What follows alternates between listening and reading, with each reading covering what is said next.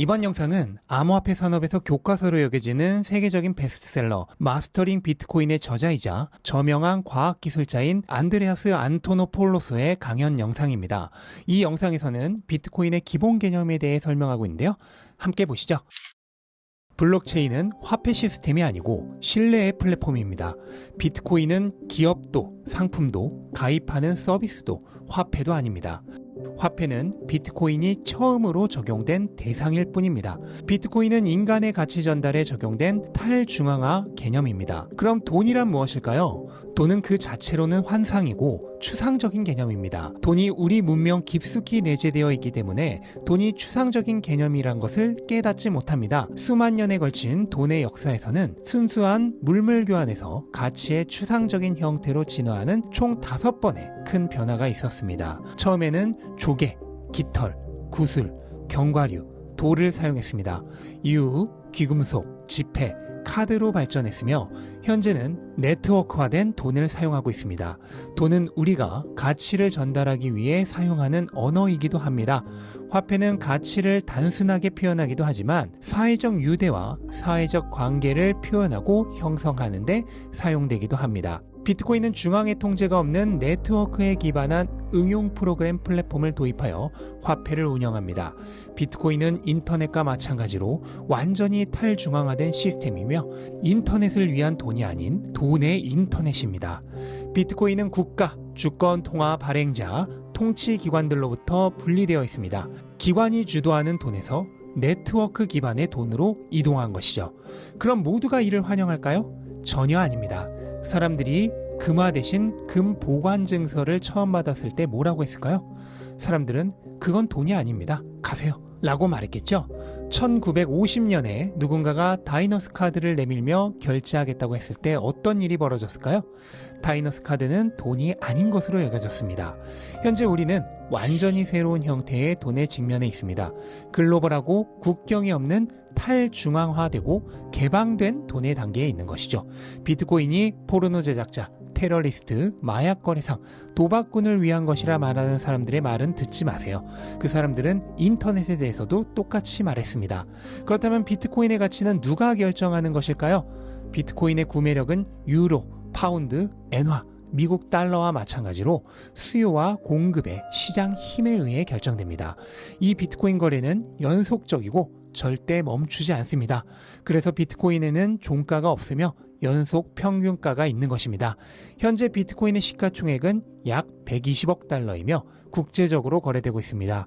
그럼 비트코인의 공급은 어디에서 오는 것일까요? 그리고 시장에 과잉 공급이 발생하지 않는다는 것을 어떻게 확신할 수 있을까요? 비트코인 공급량은 기하급수적으로 감소하는 공급 함수를 기반으로 하여 알고리즘적으로 결정됩니다. 이 시스템은 귀금속 생산을 모방하여 디플레이션 방식으로 설계되었습니다. 금 채굴은 시간이 지남에 따라 점점 어려워지고 비용은 점점 커지죠. 마찬가지로 비트코인의 생산량도 시간이 지남에 따라 감소합니다. 2140년이 되면 더 이상 발행되지 않으며 2100만 개가 최대 한도입니다. 이는 바꿀 수 없으며 비트코인 네트워크에 참여하는 모든 참가자가 따르는 규칙입니다. 비트코인은 프로그래밍이 가능해서 앱을 만들 수 있습니다. 돈의 인터넷, 즉 비트코인에 대한 앱은 2명의 참여자만 있으면 성공할 수 있습니다.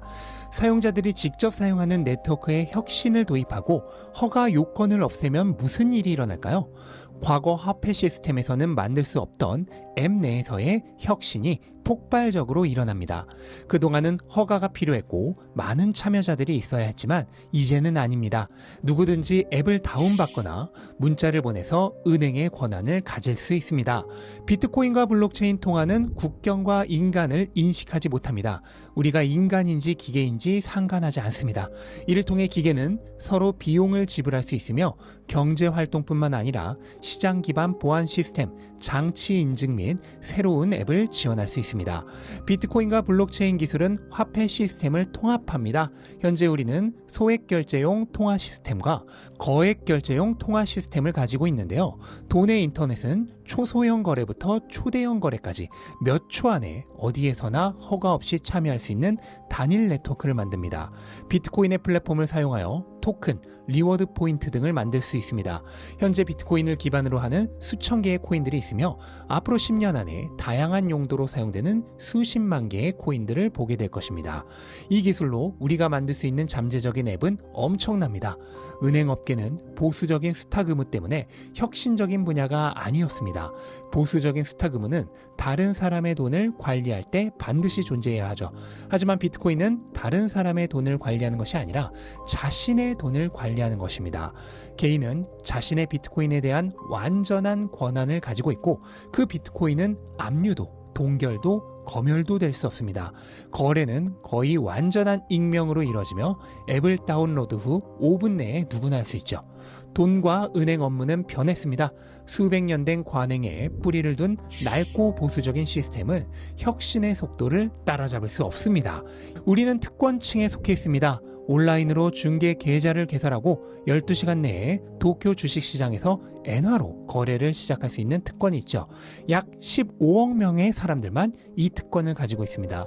약 60억 명의 사람들은 주로 하나의 통화로 기본적인 은행 서비스를 이용할 수 있지만 이 중 40억 명은 은행 서비스가 부족한 곳에 살고 있으며 40억 명 중 약 25억 명은 은행 계좌가 아예 없습니다.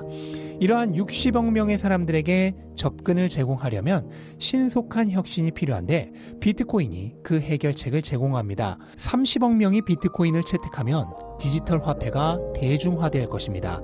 국제금융과 상업에서 고립된 40억 명의 사람들에게 독재정부와 부패한 은행에 맞서 자신의 돈을 통제할 기회를 제공하는 것이죠. 이를 통해 이들은 자신의 미래를 만들고 세계와 연결될 기회를 얻게 될 것입니다. 이 기술은 무시할 수 없습니다. 2009년 1월 3일에 시작된 돈의 인터넷은 상상하는 것보다 빠르게 성장하고 있으며 이해할 수 있는 것보다 심오하게 발전하고 있습니다. 우리가 이해할 수 있는 것보다 훨씬 복잡하며 그 의미를 완전히 이해하기까지 수년이 걸립니다. 비트코인은 우리 문명의 가장 오래된 기술인 돈의 6번째 혁신을 대표하는 선물입니다.